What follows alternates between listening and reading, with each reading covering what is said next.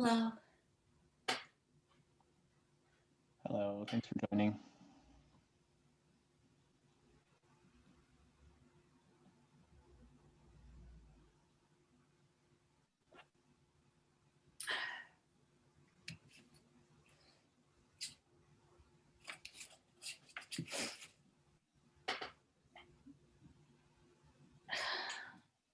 Just wait a few minutes for everyone to join.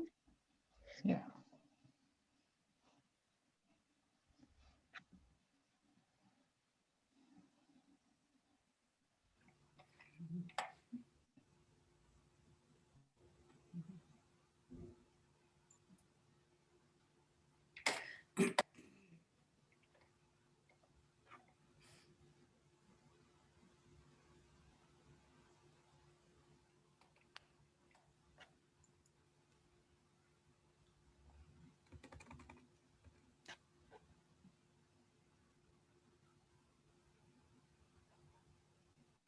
You lost someone.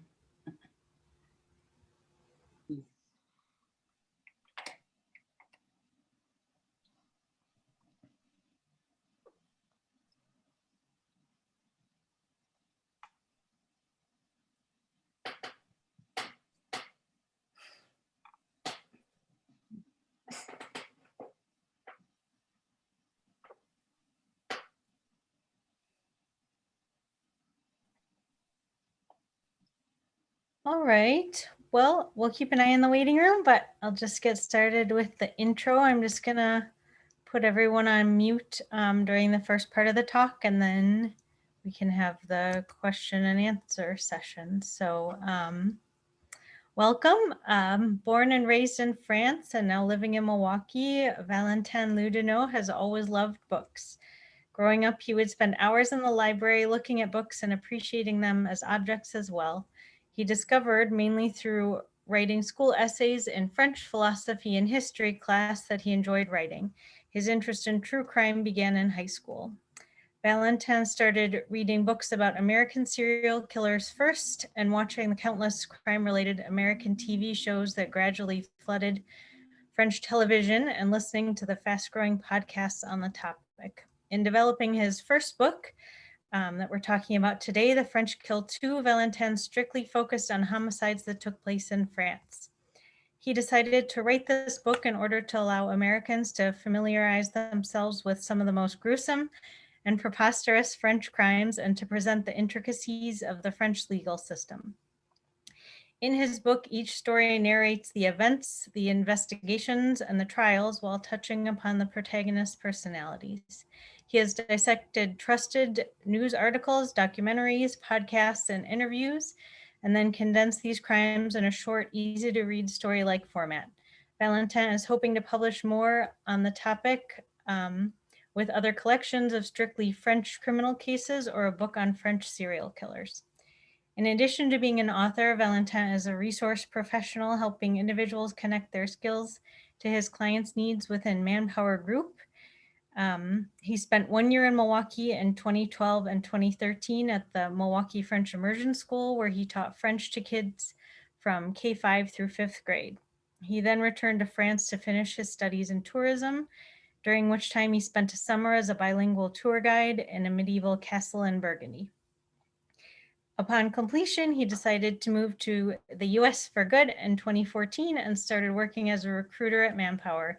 He has lived in Phoenix, followed by Dallas due to remote work, and ended up back here in Milwaukee, but he travels back to Burgundy frequently. So, Valentin, welcome. Thank you, Erin, and thanks for the introduction, and thank you so much for setting this up. I really appreciate it. And thanks everyone for joining. I appreciate your time. I wish I could have met you all at the Alliance Française and around a drink and things like that, but we're just playing with the hands that were dealt. So I really appreciate everyone joining virtually. So yeah, to see here I actually have two copies of the book, and the reason for that is because there are two different covers. So the covers are similar except for the texture. Obviously it's hard to see for you guys here, but one of them is glossy and as you can see, pretty shiny, while the other one not so much. It's just a different feel here. So again, I'm not too sure how it started and how or why I ended up writing and publishing a book. Obviously, my interest in true crime was a big factor, but you know, I mainly wanted Americans to familiarize themselves with crimes that occurred in France, and some of these crimes I've followed since I was approximately 15, and they always struck me and stayed with me throughout the years. And I thought one day it'd be interesting to relate these crimes to people who might have never heard of them, because granted, those crimes were, and I hate to say famous, but they were much talked about in their own time back in France, but of course in other countries they may not have made their way there. And so we always hear about these crimes in the US, especially serial killers. And initially, serial killers really piqued my interest, and this is what started my whole true crime aficionado career, so to speak. But I gradually grew out of that interest, mainly because I realized that there were patterns linked to serial killers, and I thought, to me, it was more interesting to read about or learn about everyday crimes committed by everyday people. Like I was saying to Erin and Anne before the call, those instances where it would have been so easy to just divorce your wife instead of killing her, and what tricked you into doing that in the end. So those are some of the crimes that I relate in this book, and there are 12 short stories, and I want to emphasize on the fact that they're short stories and they're rather easy to read.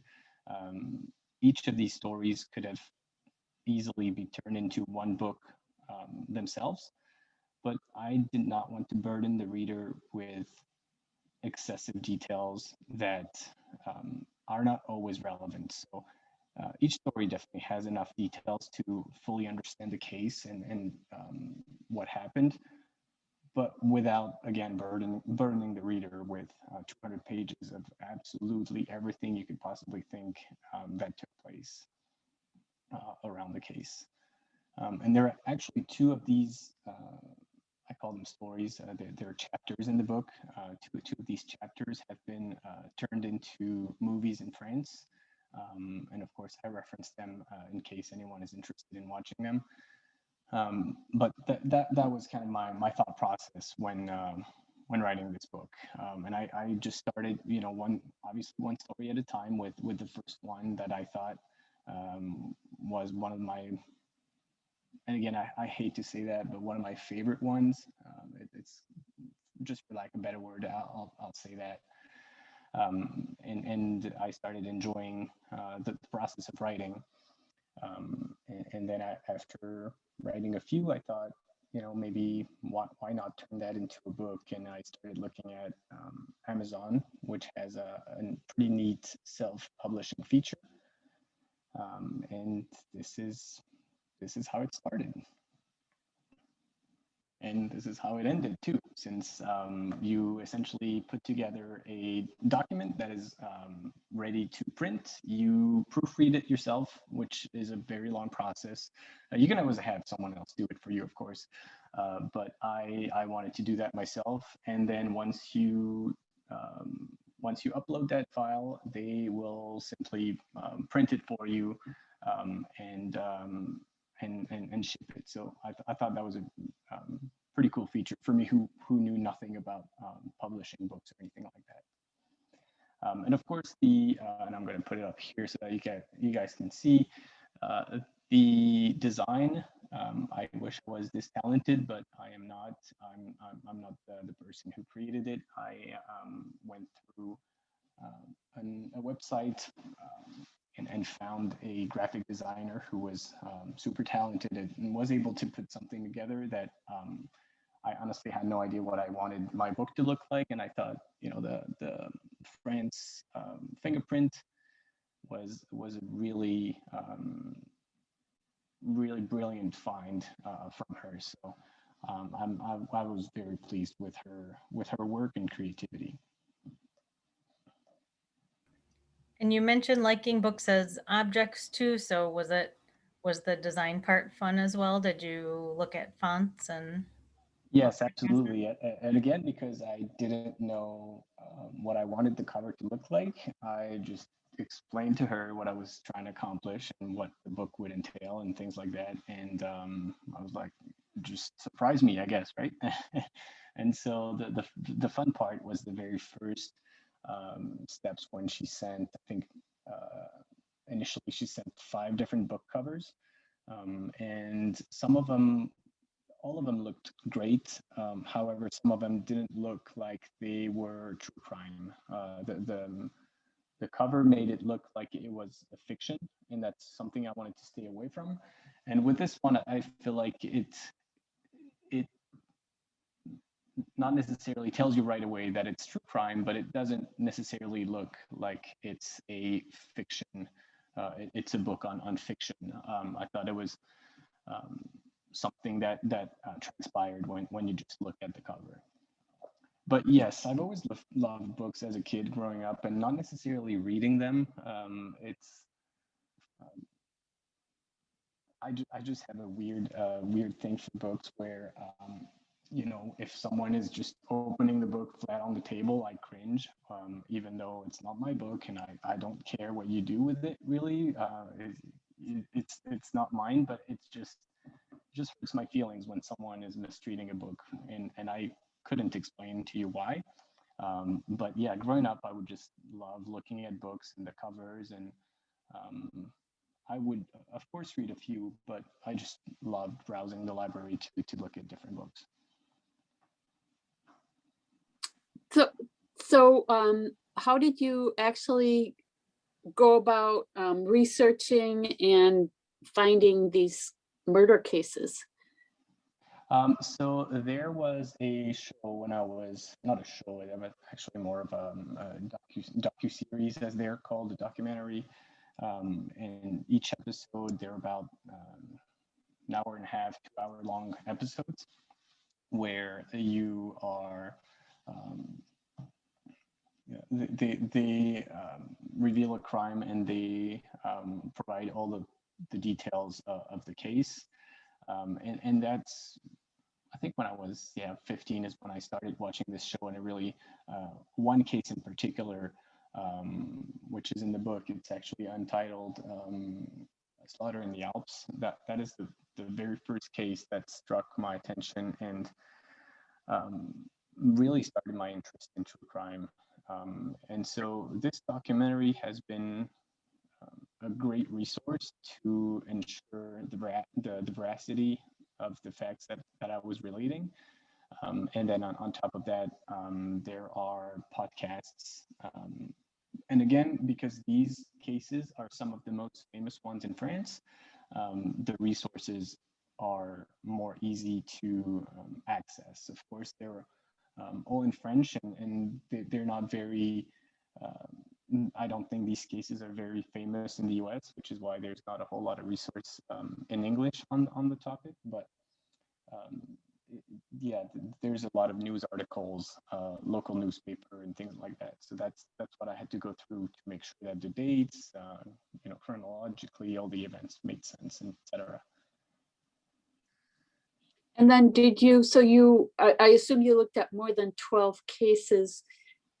Yes. Do you find that there's a common background that made a person a criminal? And are there differences between men who kill, women who kill, men who kill women, etc.?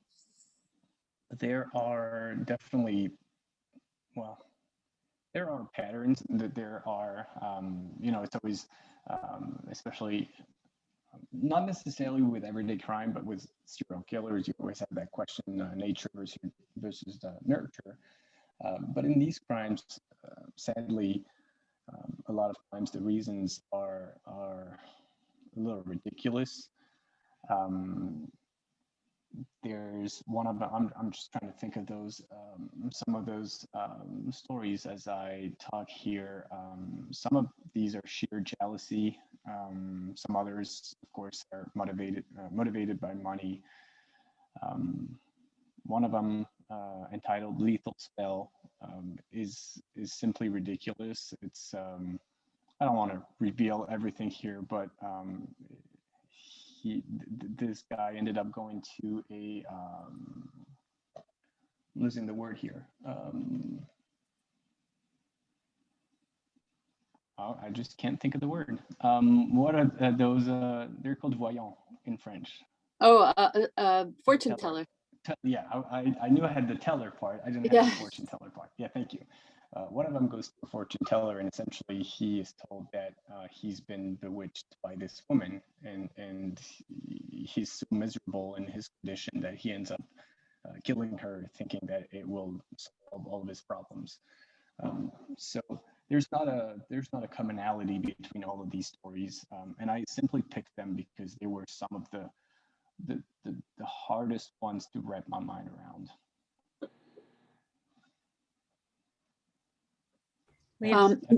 Go ahead. No, I was going to say, I think I saw a question from Julie here. Yes. What is the French mindset of true crime, and do you think you will publish this book in French too? So the French mindset of true crime, I'm not sure I understand the question. And do you know maybe what Julie's referring to, or Julie, if maybe Julie could unmic herself. Right, I was going to say. Yeah. No, not yet. And to respond to There the we go. second part. Oh, okay. Yeah. Yes, I was just wondering if the French were as obsessed with true crime as Americans seem to be. I know that we've had a lot of popular documentaries lately on Netflix and Amazon Prime. And, or if they ignore it, or what is, the popular. Got it. Yes. So they definitely are. The popularity, and I don't want to say it's growing, because some of these cases, one of them actually goes back to 1954, and when looking at articles and things that I researched, it looks like the hype, so to speak, was already there at the time. So I don't think the popularity is growing. I think it's always been something that fascinated people, and it also fascinates French people, but probably a bit less, maybe not less, but just there are a lot less documentaries that are released on Netflix or things like that, right now at least. But I think that probably worldwide, that is something that people just are trying to understand the reason behind it. So there's definitely fascination behind that, of course, yeah. And to respond to your second part, to the second part of your question, I've been asked that a lot, if I was going to translate it to French, especially back in France. People are like, okay, that's great, you wrote a book, but I can't read it. And so they're like, translate it for me. And I'm like, I don't think I'll ever do that. First of all, these cases are very popular in France, of course, for true crime followers. But at the same time, I think that there's enough material out there in France, whether it's news articles or documentaries, that I've used to write this book, for me to translate it to French.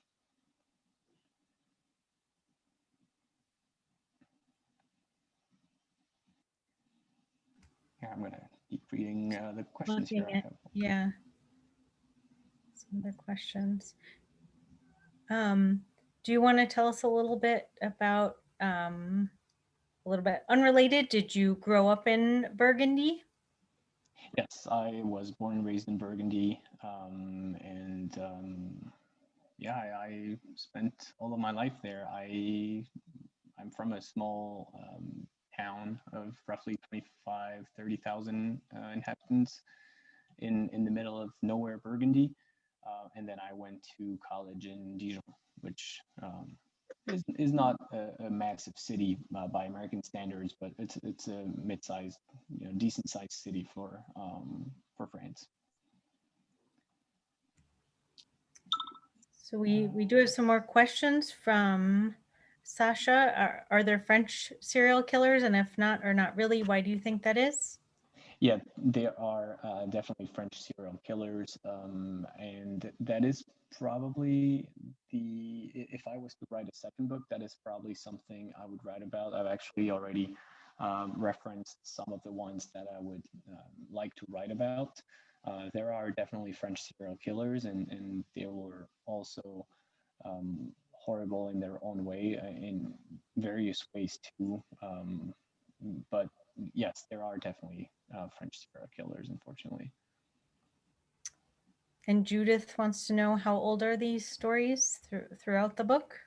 So the most recent one is from early 2010s. I think it actually took place in 2010. And the oldest one was from 1954, but that is the only one that is really much older. The other ones are all from, mainly the 90s, 2000s. And Peg is asking, are there differences between reporting of crimes in France and the US? I believe so. I'm trying to think what differences I can pinpoint. I think it's pretty ugly regardless of where you are, how these stories are being reported. The privacy of the victims or the victim's family are rarely considered, whether it's in the US or France. And I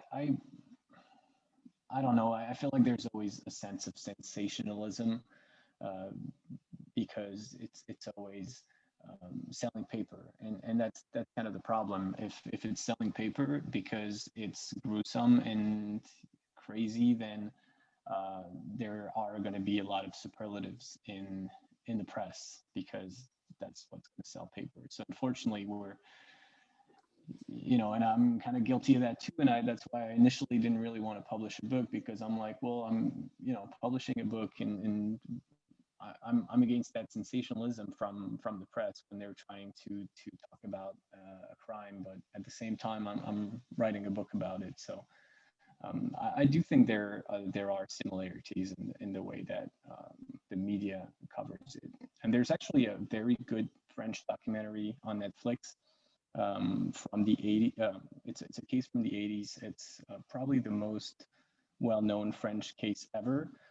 I have not written about this one in my book, simply because we still don't truly know who killed that boy. He was a 5-year-old boy named Grégory. So the case is called Le Petit Grégory. And there is a very interesting documentary on Netflix about it. Like I said, I haven't written about it in my book, simply because I only have solved cases in the book.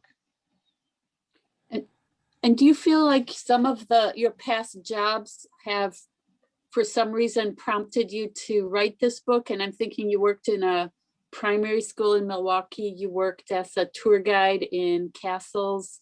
You work in a big corporation that does job placement. Did any of this sort of prompt you to get interested in true crimes?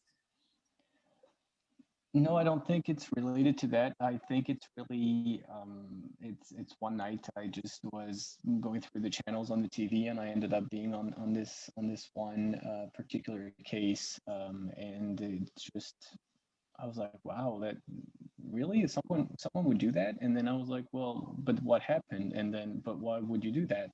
And then you start asking yourself questions, and then before you know it, you're caught up, and you're like, okay, when's the next episode coming out? So I don't think it's related to any of the positions I've had, and writing about it is just figuring out in high school that I really enjoyed writing.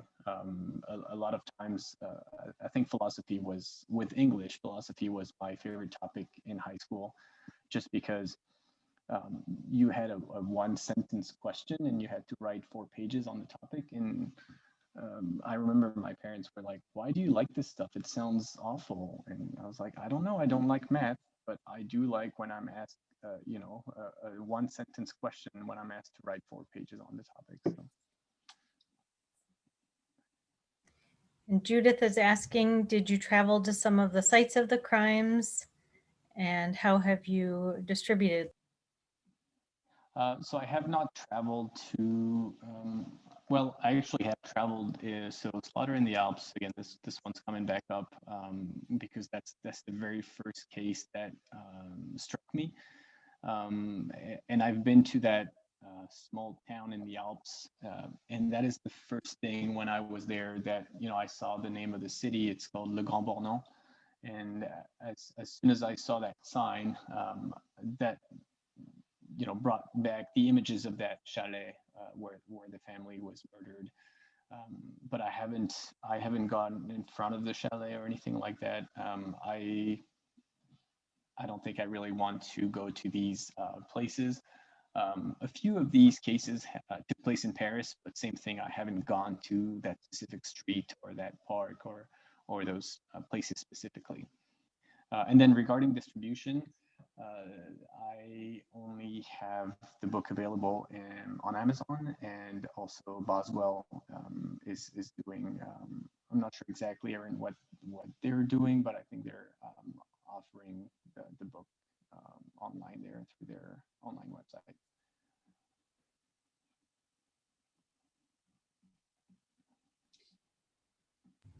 And are you, I know you've talked about possible future projects. Have you already started something or started research?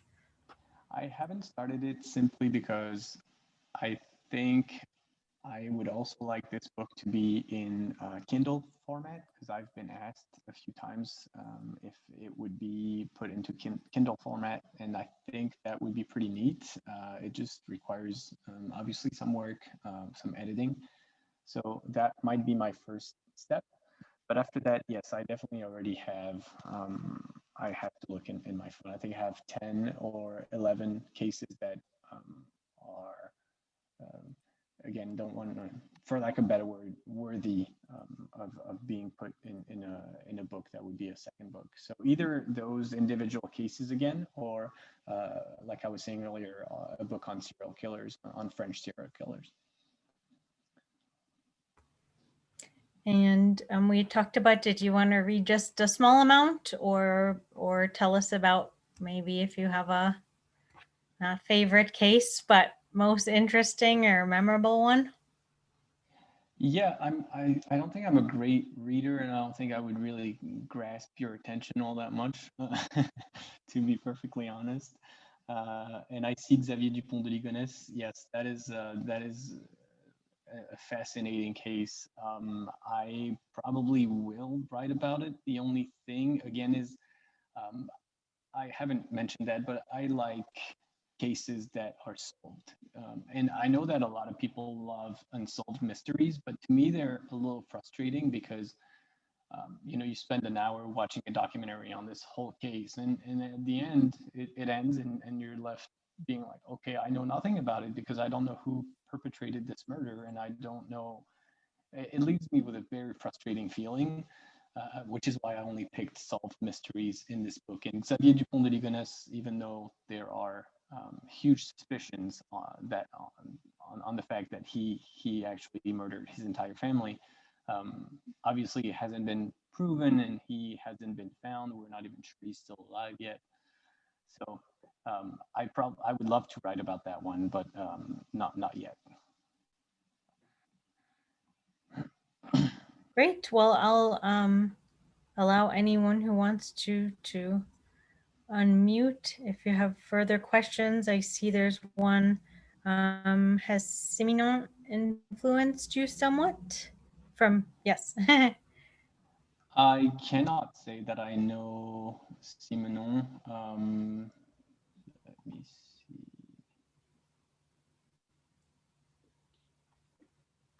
Oh, Georges Simenon. Yeah, I'm looking it up here as we speak. Nope.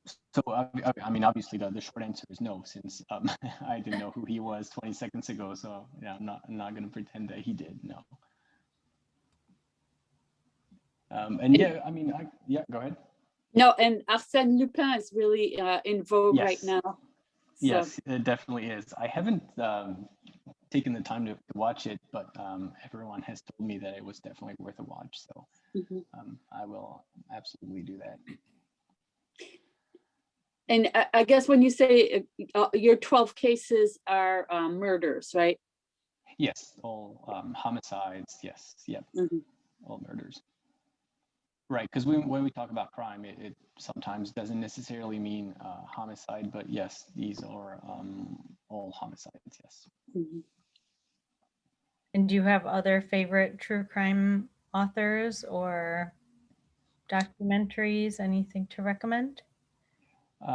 If you, especially for Alliance Française members, that documentary on Le Petit Grégory is really well made, and it really, although it goes against what I just said, it's an unsolved mystery. So there's a bit of a frustration of, I think it's a 4-episode series. So you probably spent 4 hours watching something, and at the end, you don't even know who actually perpetrated the crime. But it's a very fascinating story because it's in a tiny village in France in the middle of the 80s, I think in 83, and all we know is that someone from his family murdered this poor boy, most likely for revenge, but we're really not sure. And absolutely every family member was a suspect at one point or another. And even just a few months ago, there were additional interrogations, and the police are still still trying to find evidence and who committed the crime. So that's definitely one I would recommend. If you type or look up Le Petit Grégory in Netflix, you will find it.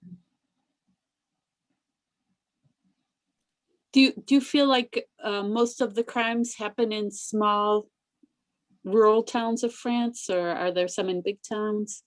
Paris. In Paris? You already Yes, said that there were much in Paris. Yeah, I'm trying to see out of the 12 here how many took place in Paris. I think 2 of them. Trying to think here. Yes, I mean there are definitely just logically speaking, if there are more people, you are more likely to have crimes. So homicides are more present in bigger cities, but they are also recorded in smaller rural areas. And one of them was not too long ago in Burgundy, in a small village around Dijon that I know quite well. And this is also what drove me to write about these cases and be more involved with them, because growing up, I would hear about this serial killer in Los Angeles, and everything. It didn't sound real to me at the time, because it's so much further away, and it's the US, and it couldn't happen to you, and it doesn't really you can't really relate to it as much. But when it happens to or in a small village around you in France, obviously there's that sense that it's more real. But no, I don't think there's more crimes in smaller rural areas.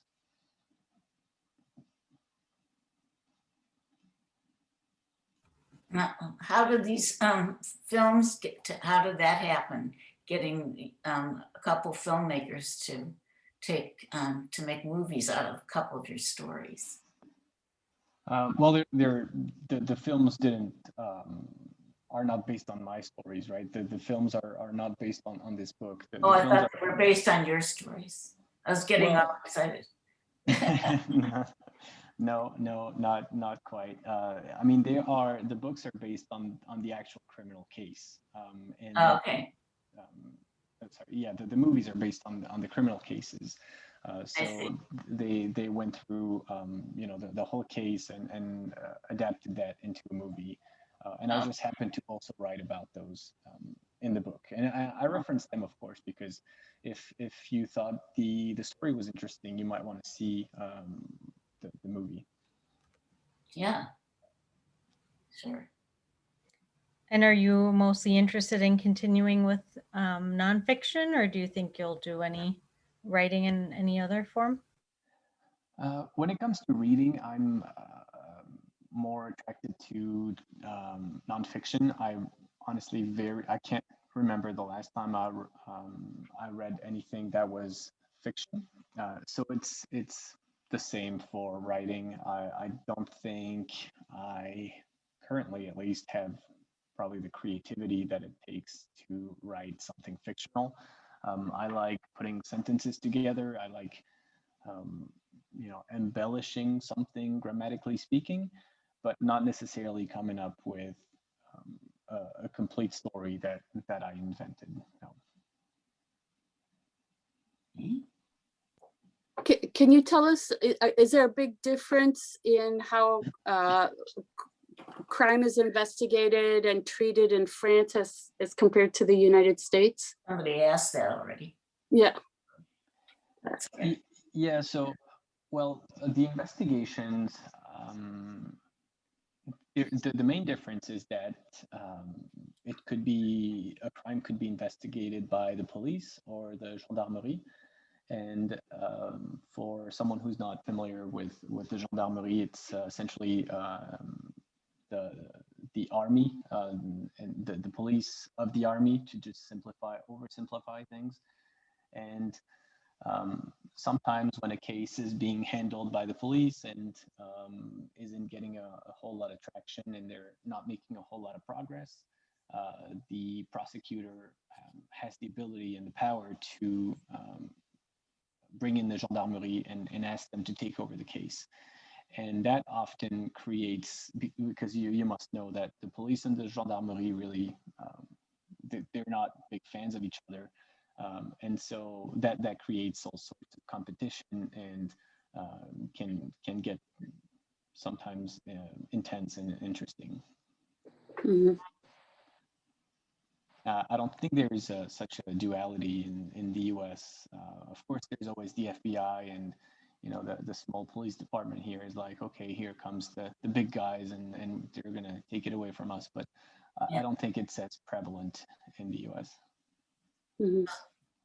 So is that indicated in some of your stories? Does it have that conflict displayed in your story? There is one where, yes, the police wasn't getting a whole lot of results, and then it's you know, the case is sent over to the gendarmerie for them to investigate, and sometimes it's sheer luck. You know, the police could do something or not do something that the gendarmerie will do the next day, and all of a sudden you solve the case. You know, it's not necessarily that one is more efficient than the other. Sometimes it's sheer luck. Mm-hmm. And I know this might not be quite the same, but in the US, they're starting to talk about crimes looking at crimes a little bit as you would look at diseases, where one crime will lead to another, and you can actually predict. I think a lot of people who commit a crime were actually recently a victim of crime. So it's kind of interesting to look at crime in sort of almost like a medical template. I haven't seen that yet. I mean, I've definitely seen where a convicted murderer who is currently in prison, because you have to understand that the French legal system is, from an American standpoint, would be considered much more lenient. So there is no capital punishment, and typically a murderer will be sentenced to a maximum of 30 years in prison. So that is something that we need to put in perspective, and I'm sorry, I'm digressing here, but that the point is, when a convicted murderer is still in prison, he is likely to come out at some point, a lot more so than in the US. And that is then that they try to determine, of course, if he will commit another crime. And that is where this comes into play a little bit. But I haven't really seen that as a disease, as you're saying, roughly. And I think in this case, it's more spontaneous crimes, people who like a road rage or something like that. Yeah. Yes, I almost want to call them opportunistic crimes. Not sometimes they were not necessarily planned. Some Mhm. others were, but yes, they're not necessarily heinous crimes that have developed over a decade or so and finally are put to reality. It's a little different here. But Mhm. I do have some cases that I'd like to write about where, and there's even a few here. One of them is extremely famous and very similar to the Xavier Dupont de Ligonnès case that was discussed earlier. It is a doctor who murdered his entire family, also close to the Alps. And that is something that he was just lying to everyone for so long that at the end he had no other option, according to him, of course, than to just kill everyone. And that's how far his lies had gone. And what about types of weapons? Because we all know that in the United States, the gun is like primary weapon for most homicides. Right, correct. And so I'm curious about in France, is there a big difference in that arena? Yeah, I want to say that gun violence is obviously less prevalent in France. And in these books, there were a few were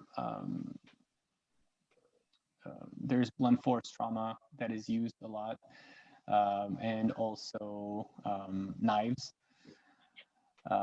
But there are also, of course, hunting rifles and things of that nature that are still being used in France. So gunshot wounds are not uncommon. We had a question about some more of the specifics of like your writing process. Do you write longhand at night on vacation? Which sources do you go to first? It's the whole process. I don't necessarily have a favorite time. Well, probably at night still. Yeah, probably. I like to write at night. I'm more productive then, I think, rather than getting up early and starting to write before work or anything like that. I'd much rather work, do my work day, have a little break, and come back with a fresh mind and work even till late at night. That's a lot easier for me to focus. And then what was the second part of your question? I'm sorry. Just which sources do you go to first, and kind of do you spend a time researching and then Yes, write, it or actually depends on the cases because some of them I'm very familiar with, and some others not so much. So sometimes I'll watch. Actually, usually that's what I would do. I would just watch a complete either documentary and then read the podcast, and then as soon as something, um, when I'm writing, something pops up, I'm not quite sure that the dates are lining up or any detail that I might have not gotten and I would like to include, I would then do some research for newspapers. So oftentimes it's Le Monde because they are obviously a very trusted newspaper, but also because they write a lot about those. Now, do you ordinarily complete one story at a time, or do you kind of go back to different stories and work on different? That's a good question. No, I like to do one story at a time. Actually, I do all of my editing afterwards. I will write a complete story, then move on to the next one, and so forth. And then at the end, I'll just proofread all of the stories at once and edit those at once. But no, I just go one story at a time. Yep. Otherwise, you might get confused about the details. It's Oh, true. wait a minute, that happened in that crime. Like, Yes, confusing enough as is with the dates and yeah, yeah, all the names and things like that. So of course, yep. yeah. And do any of the cases start to worry you? I find if I watch too much true crime in a row, I'm always, looking around in parking garages. Right. Not so much. I can't say that they do. No, not so much, luckily. Otherwise, I probably would not have gone through all of them and written the whole book because, yeah, that's a bit much sometimes. I mean, it's, yeah, some of them are gruesome, but it never, to me at least, in this book, it doesn't, it's usually not a random crime. So it you won't feel like it could happen to you any day, I want to say. It's not like someone just randomly shot someone on the street or something like that. Yeah, that's probably also what helped. Being able to distance yourself from it and understand rationally that you probably could not be the victim in that situation. Well, last call for questions, either in the chat or if you want to unmute yourselves. Again, you can buy the book with Boswell Book Company. They're printing them on demand. And I think it's fantastic to have somebody in the French community of Milwaukee who's a published author, and also your to make it a self-published book. You showed us that if you have a passion for writing, it's not too hard to publish. So wonderful. Yeah, you're right. Thank you for saying that, because it's something I'd like to emphasize. It's really not all that complicated. When you think about it, you're like, oh my God, where do I start and how could I ever get it done? But if you really just go one page or one chapter at a time, or even one paragraph at a time, at some point you will get there. And you don't necessarily to go pitch your book to a publisher or anything like that. For them to say, well, you at least have to sell 1,000 copies before I even consider it.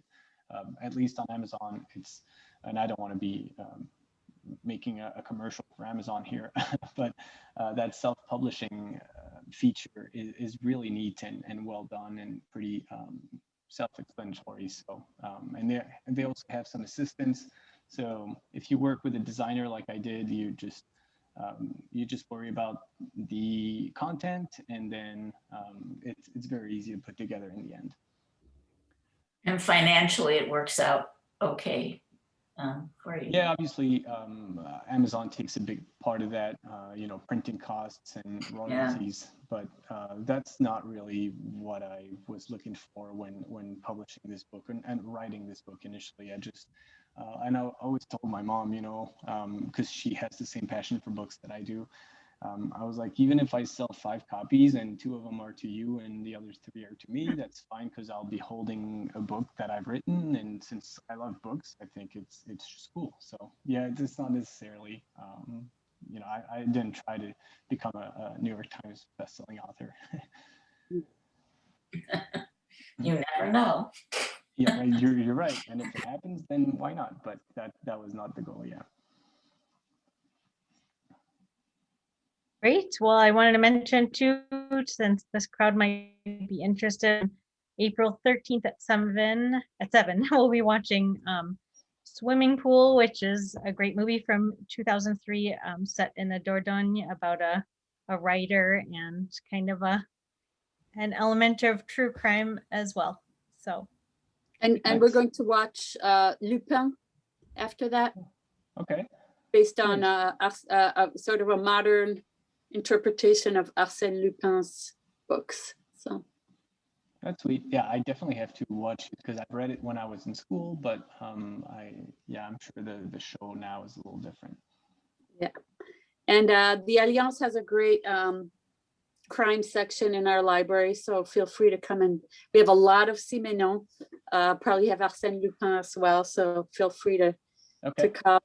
Actually, there's also the SAS series, which is a different type of writing. I think it has crime and sex mixed together. Yeah, Yeah, we I'll have a definitely lot have of to those. look into Simenon now to Yeah. Oh, educate myself a Simenon's. bit. I think he's Belgian. You can be excused. I believe he's a Belgian writer, but Sure, we'll say that. Yeah. Yeah. Appreciate it. great. And yeah, let me know if anyone is interested in, writing your own book or publishing it. I can always, share a little bit more on the writing process and on the self-publishing process.